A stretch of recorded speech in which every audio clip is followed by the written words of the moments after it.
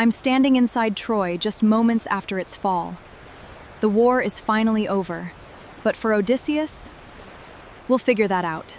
Let's go. That's Odysseus right behind me, the brilliant king of Ithaca who helped bring Troy down. He survived the war. Let's go talk to him. After 10 long years of war, what's the very first thing you want to do when you find back to Ithaca? I want to see my wife Penelope and my son Telemachus again. No victory is greater than finally returning home. The ships are finally ready, and Odysseus sailing straight home to Ithaca. We've officially left Troy behind. Everyone on this ship believes we're finally sailing home. But the gods have planned a very different journey for Odysseus. Right now, the sea couldn't be more peaceful. But in Greek mythology, calm waters often come just before the gods change everything. Land ahead! But this isn't Ithaca. It's the land of the Cicones, and Odysseus is about to make his first stop. Odysseus, do you know what land that is? Not yet. I have no idea. We'll know once we get closer. We've just landed, and this place is called the Land of the Cicones. It looks peaceful, but Odysseus is being careful, because first impressions can be very deceiving. Now we are going to the market. Odysseus, what's the plan? Are we here to trade, or are we just stopping to rest? First, we'll learn who lives here. Then we'll decide our next move. This is exactly where things start to go wrong. Instead of leaving immediately, the Greeks are raiding the Cicones, and that decision is about to cost them dearly. Odysseus, we need to leave now. Look at those hills. You're right. Everybody, back to the ships. Move! The Cicones have returned with reinforcements. Odysseus is ordering everyone back to the ships before they're completely surrounded. Odysseus has lost brave men today, and this is only the first tragedy on the long journey back to Ithaca. Odysseus, is this what you normally eat during a long voyage? Simple food lasts the longest, barley bread. It isn't a feast, but it keeps us alive at sea.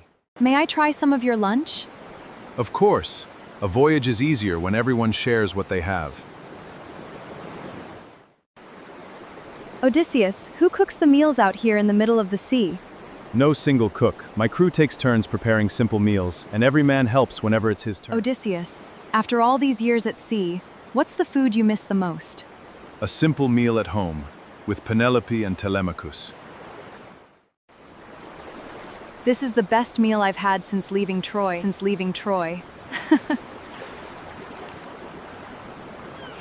That island looks absolutely beautiful, but appearances can be deceiving.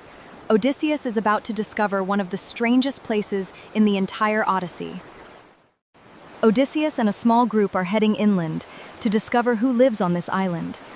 It looks peaceful, but something about this place feels strangely mysterious. We've just met the Lotus Eaters. They seem incredibly kind. They're offering my crew a mysterious fruit. Odysseus, one of your men just ate the lotus fruit. I heard that they are going to forget everything they remembered before. That's exactly what I feared. He doesn't even want to go home anymore. Then we'll carry him if we must. No man of mine will be left behind.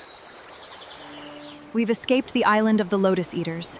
The crew is finally back together, but this is only the second stop on Odysseus' long journey, and even greater dangers lie ahead. The sea is calm again, but our adventure is just beginning. We've survived the Cicones and escaped the Lotus Eaters. We've reached another island, and that cave behind me is enormous. The giant tools and oversized sheep can only mean one thing. Whoever lives here is no ordinary person. Odysseus is curious, but I'm not sure this is a good idea. Sometimes the biggest discoveries come with the greatest risks.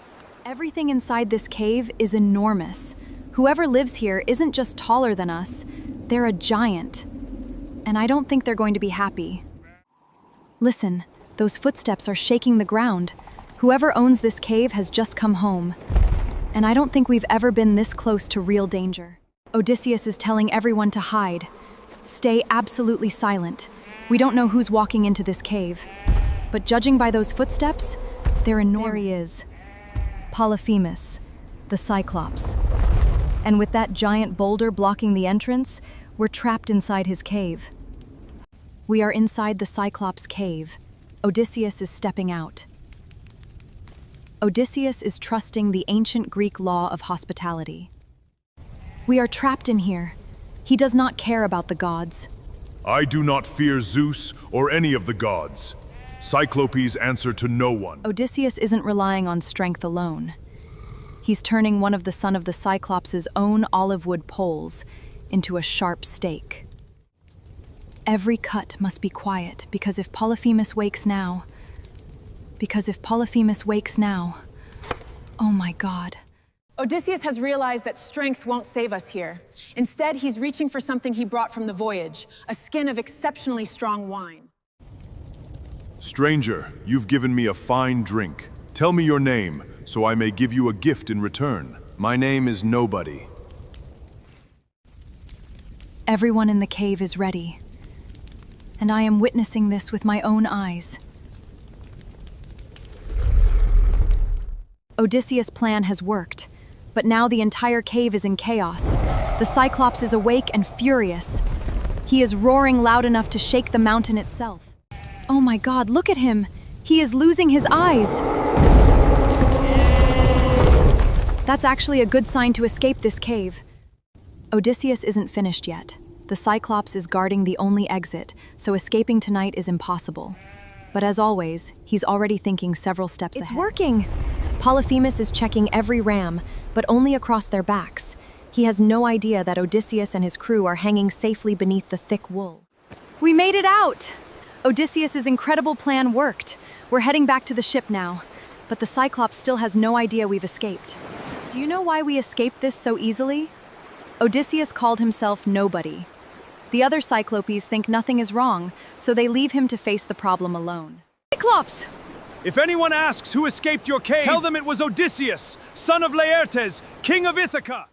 But now I only know the truth of what is exactly going to happen after this. Polyphemus is praying to his father, Poseidon, the god of the sea. From this moment on, Odysseus isn't just fighting monsters, he's facing the wrath of a god. The sea feels different now. The wind is changing, the clouds are building, and Odysseus doesn't know it yet, but Poseidon has heard Polyphemus's prayer. We made it through the storm. The sea is finally calming down, but Odysseus' journey is far from over. Even greater dangers are waiting just beyond the horizon. We've reached the island of Aeolus, the ruler of the winds. If anyone can help Odysseus finally reach Ithaca, it's the man who controls every wind. This is Aeolus, the legendary keeper of the winds. After hearing Odysseus' story, he decides to help him. Aeolus has just handed Odysseus one of the most important gifts in Greek mythology, a leather bag containing every dangerous wind. He gives one simple instruction: never open it. If the crew can follow that single rule, Ithaca is finally within reach. Ithaca is finally close. Let's see if we can actually reach it.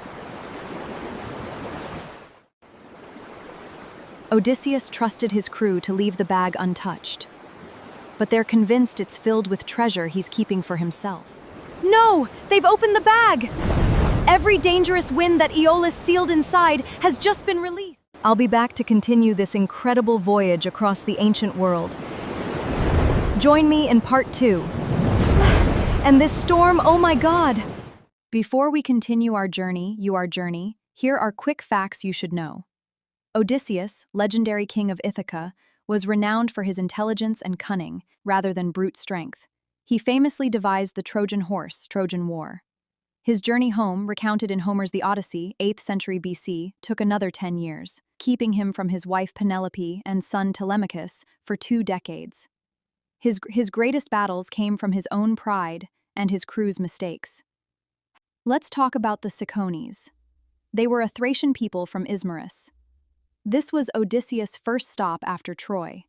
After plundering the city, his crew lingered to celebrate instead of departing immediately. The Cicones regrouped and counterattacked. Homer tells us that 6 men from each of his 12 ships were killed. There was a total of 72 warriors before forcing him to retreat after less than a day. Notably, the Cicones are believed to have been a real Thracian tribe known for farming, horse breeding. Now for the favorite part. The Lotus Eaters were Odysseus' second stop, located in North Africa, and its exact location is unknown. Though peaceful and hospitable, they offered his men the lotus plant, which induced forgetfulness of home and purpose. Those who ate it lost all desire to leave. Odysseus forcibly returned the affected men to the ship and ordered an immediate departure. And now I am so excited because this is my favorite, and he is none other Cyclops, a one-eyed giant and son of Poseidon, who trapped Odysseus and his men in his cave, eating several of them. Expecting the Greek custom of hospitality, which is xenia, Odysseus said nobody, intoxicated the giant with wine, and blinded his single eye with a sharpened olive wood stake. But as he escaped, Odysseus revealed his real name out of pride. Polyphemus cursed him to Poseidon, who answered by filling Odysseus's return with trials. Voyage with storms, shipwrecks, and delays that lasted years. See you next in the part 2.